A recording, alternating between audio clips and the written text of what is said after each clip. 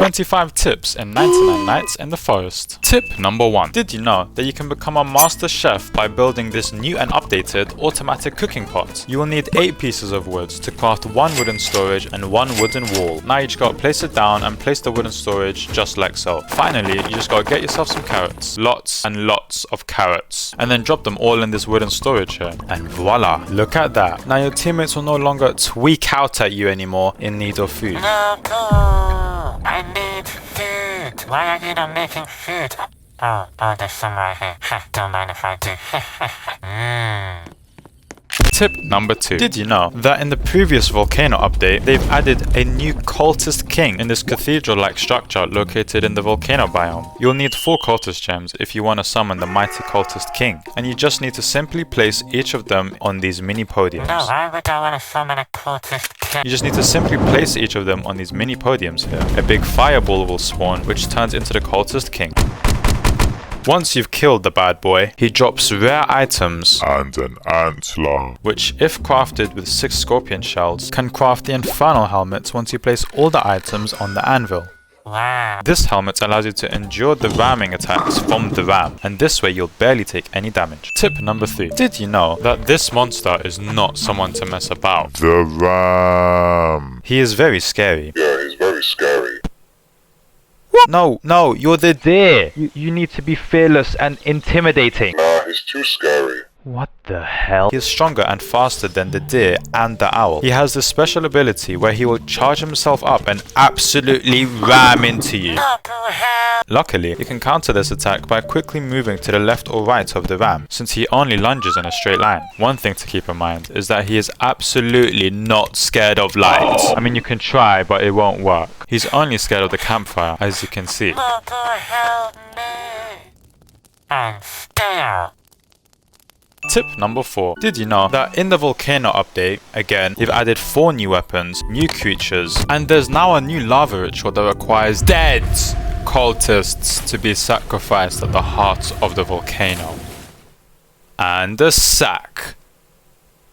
We've got the crossbow, we've got the wildfire, we've got the infernal crossbow, and we've also got arguably the best weapon in the game, the infernal sword. It can be found in these red chests located quite deep into the volcano biome. It deals very heavy damage and puts a burning effect on the enemies. But the main reason for why this is genuinely my favorite weapon in the game is that it automatically cooks food. Whether you're killing a bunny, a wolf, or a bear, you'll always have delicious meat in front of you. The crossbow is literally the same weapon the crossbow cultist uses, and it actually has infinite ammo, which is quite a lot of ammo. The wildfire can be thrown on the floor, splashing lava at the feet of your enemies. My feet. Both of these weapons can be found in these blue lava chests, which are slightly easier to find in the volcano biome. The new lava ritual can be found at the volcano entrance. You just need to quickly eliminate these cultists and make sure that they never see the light of day again. But all we do is mind our business, I don't understand. Make sure that they die painfully. Tip number 5. Did you know The meteor update. there are now orange rocks falling down from the sky, and there's now this new hammer which can crack the surface of the earth somehow. You'll know that meteors are about to fall when you get this notification. Or just when the sky turns orange. At the meteor crash sites, these cool crystals appear. Oh yeah, and these cool crystals appear. You can break them to obtain these meteor shards. And if you're lucky, these shards can actually drop this, raw obsidian ore. You can collect these, and if you hold them up really high and smash them down, then you can clear off all the stone and just get the raw obsidian. Dip them in a pool of lava, and you can convert it into a scalding obsidian ingot. Dip them in a pool of water, and you can finally obtain the purest form of your obsidian ingot. These ores can be used at the anvil place to craft new items. I would like to mention that the anvil symbol has changed from grey to orangey red, which I find quite daunting. You can craft a range of different items, including the obsidian boots and chestplate. They have this special ability where when attacked, they also crack the surface of the earth somehow. I don't understand anymore. It deals damage to any enemies around you, which is really useful in my opinion. And you can also craft this trim kit. Now the trim kit further increases the protection and damage of your armor, but my favorite part part is that it adds this nice golden touch to your chestplate and boots, which I honestly love. Tip number 6. Did you know that you can create an obsidian chest and obtain yourself an obsidian hammer? It's really cool. Every few seconds, the hammer just cracks and deals damage to any monsters around you. To craft this bad boy, you need to wait for meteors to fall from the sky again and connect the anvil pieces together. Then you want to collect 10 meteor shards, 5 golden shards, and 3 obsidian ingots. Select the obsidian chest blueprint and place all your materials on the anvil. And voila, A blueprint. Place it down at your campfire and you can open it up to receive your one-of-a-kind obsidian hammer. It deals a dangerous amount of damage to your enemies, and every few seconds the hammer strikes the ground and deals surrounding damage just like the armor does. I honestly think that this weapon is now the best weapon in the game, although the infernal sword does come close. Tip number 7. Ladies and gentlemen, let me tell you, I'm not even joking, the easiest way to get yourself 3 diamonds. You can do this by grabbing yourself a fishing rod from this fish building here, then cast your fishing rod into the pond, and then, now listen very carefully, this is the most important step, type in chat, yay fishing. I'm not joking, and voila, diamonds just come out of your ass. Like, I don't actually understand how, and just like that, you've earned yourself 3 diamonds. But please don't bother trying it again, it only works once. Trust me, I tried it like 1 or 2 more times. Hey! Take that down.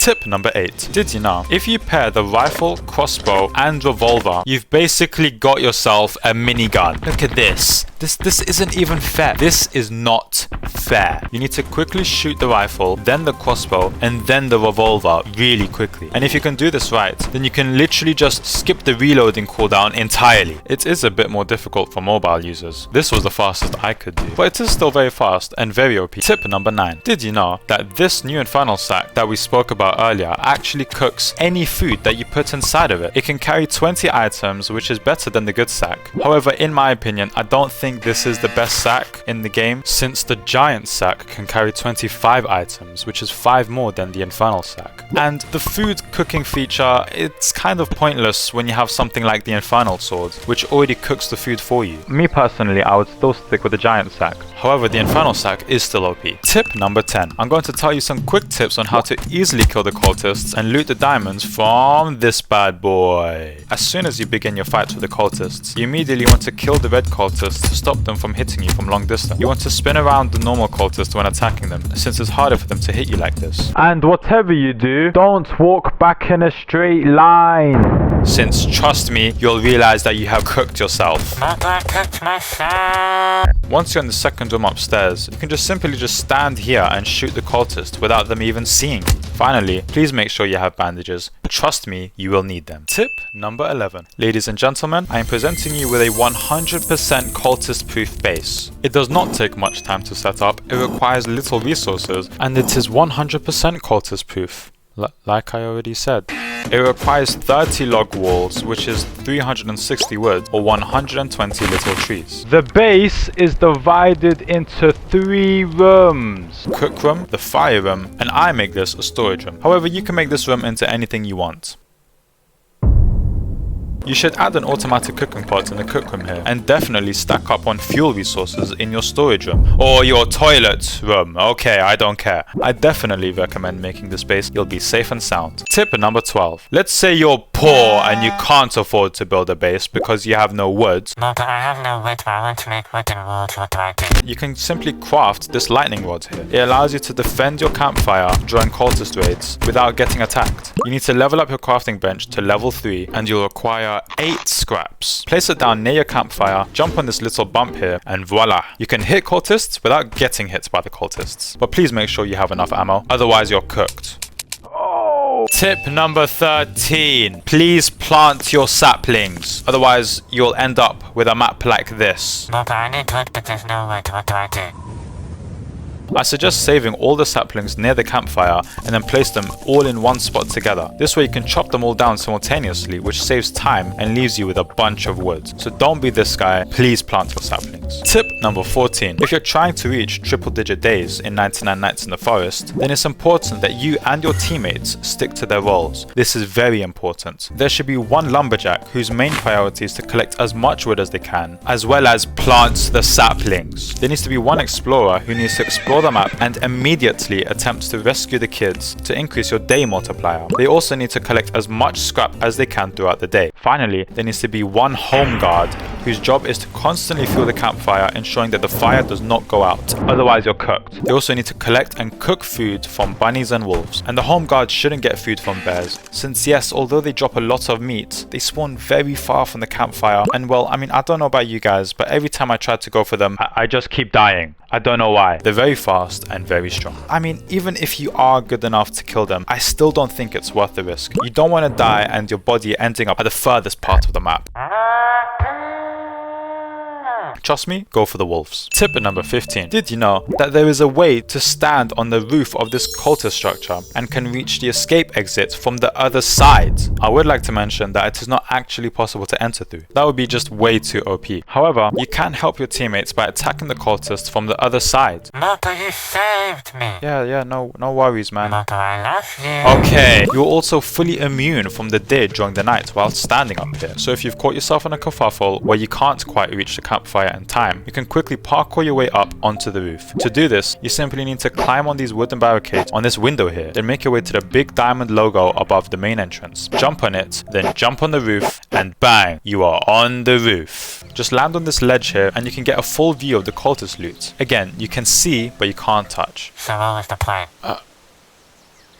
Tip number 16. Ladies and gentlemen, you can actually grab yourself a fishing rod and fish in the lava. I'm not joking. And if you're lucky, you can catch yourself a lava eel. It looks very cool. And you can either eat it the way it is, or you can cook it at the campfire to make yourself cooked lava eel. Yeah, I don't really understand why we have to cook lava eel when it came from the lava, but but okay. Tip number 17. Did you know that if you head back into the volcano biome again, there's a chance that you might come across this cute sacrifice totem. Kind of cute sacrifice totem. There's a few things you can do with this bad boy. You can either chuck him into the lava pit at the cultist sacrifice place, since it lights up 2 of the lights on the floor instead of 1. Or you can actually just use him as a nice piece of decoration for your base. Personally, I like using him as a decor, since he just looks adorable when sat on the tabletop. Mogu, who's this guy being put to the house? Mogu, are you cheating on me? Oh my god. Tip number 18. Did you know that you can make an absolute fool out of the new monster by making himself ram into a pit of scorching hot lava? You can easily do this by standing patiently near the cultist sacrifice place once it's dark. Use yourself as the bait and just wait for the predator to make his way to you. Mogu, are you in position? Once the ram spawns in to chase you, quickly run inside the volcano and stand at the edge of the sacrifice platform. Once he charges up his ram, time it so that you quickly get out of his way and look at him go. Stupid new monster. It's difficult for him to get out the lava, so for the remainder of the night, you can explore the map completely stress-free. Tip number 19. Did you know that if you're lazy and you can't be bothered to collect wood by cutting trees, then ladies and gentlemen, you can just ask the ram. How amazing is that? Thank you! No worries, mate. All you gotta do is form a line of trees, which you can do if you plant your saplings. Try to get as much trees in a line as you can to collect more wood. Then wait for nighttime for the ram to spawn in. Finally, you wanna let him chase you and make sure that he's lined up with the trees. Once he decides to charge up his ram, wood for everyone. Tip number 20. Are you ever in a position where there's just too much items to carry in your sack? Yeah. Then don't worry, because why put the items in your sack when you can just use your hands? Oh my goodness. Oh my goodness indeed. You can do this by picking up a piece of wood and hovering it over the MoguBlox chat box. You can then let go of the item by unclicking your mouse, and then you can just pick up another item. It's kind of weird. And you can actually just keep doing this infinitely, which is the craziest thing about this. I don't believe this works on mobile devices, to be honest. But if you are playing on a computer or laptop, you'll definitely want to try this out. It's honestly OP. Tip number 21. For the players who are like me and keep running out of ammo, No! Then you can actually craft yourself more ammo. And I'm not talking about the ammo crate, since that requires a level 3 crafting bench and way too much materials. If you head to the volcano biome and find this structure, you can climb to the top and find yourself an ammo furnace. Wow. You can put any fuel inside the furnace in return for ammo. So you'll actually want to go back down the structure to gather yourself some fuel instead of coming empty-handed. Forgive me, I really should have said that first. Once you climb up the structure again, you can burn your fuel in this fire. Wait for the yellow loading bar and bang, out comes your ammo. You can do this as many times as you need, and this way you will never run out of ammo again. Tip number 22. Did you know that if you don't like setting up camp at the campfire for whatever reason, come here. Never. You can just set camp in here. I'm not even joking. This room has absolutely no entrance or exit, making yourself completely immune to the deer and the ram. You can enter this room by staring at this window here, ensuring that your face is flat to the glass. Then you want to write in chat /e dance to look this way, then activate shift lock. Just like that, you have found yourself a new home. You'll want to bring yourself lots of food with you to store in your new base. And that's pretty much it. I mean, just food. Since you don't need fuel, as well, there's nothing to fuel. You'll probably want to decorate your room as much as you can. Since the base alone looks quite depressing, you can enter and exit the base by doing the same thing again from the inside. And this is important when you need to gather resources. This room has adequate space, enough for perhaps 2 people, and you'll be safe and sound within these walls. We're safe, I think. Tip number 23. Did you know there's a method to easily kill bears? You just need to craft yourself some bear traps. I usually craft around 5. You want to place the traps as close together as you can to ensure that you completely kill the bear instead of this happening. Oh! This tip is honestly just so important in my opinion, as it stops you from wasting your ammo since the bears are just ridiculously strong. You can also set up your bear trap near the kid cave that's guarded by the bears, since you can just easily kill them all by luring each bear in one by one into your bear trap. I also love using this trap to just gather as much food as I can for the team, since this trap produces a lot of food, as you can see, and this way, again, your teammates won't tweak out at you. Tip number 24. Did you know that these ribs are the most OP food in the game? You can obtain them by defeating This big boy. I must admit, he is very scary, since he is incredibly strong and deals a lot of damage. Okay, So I suggest attacking him with long-ranged weapons so he can't hit you. Once defeated, he drops these ribs. It replenishes a lot more of your hunger compared to stew, which is actually so OP. So I do suggest keeping a few of these in your sack when you're exploring. Tip number 25. Did you know that these coins that I dropped when killing cultists are not useless? Wow. They can actually be collected and used to spend at the furniture trader. And his horse. You'll know he spawned in your game when you hear this sound. You will have to look around for him though, which is a bit annoying. But once you do, you'll see that he sells a bunch of different things. And he actually gives out these free paintbrushes. They can be collected and used to paint things such as the walls of your base. I do recommend saving up as much coins as you can so that you can make your base even a bit more aesthetic and actually worth living in.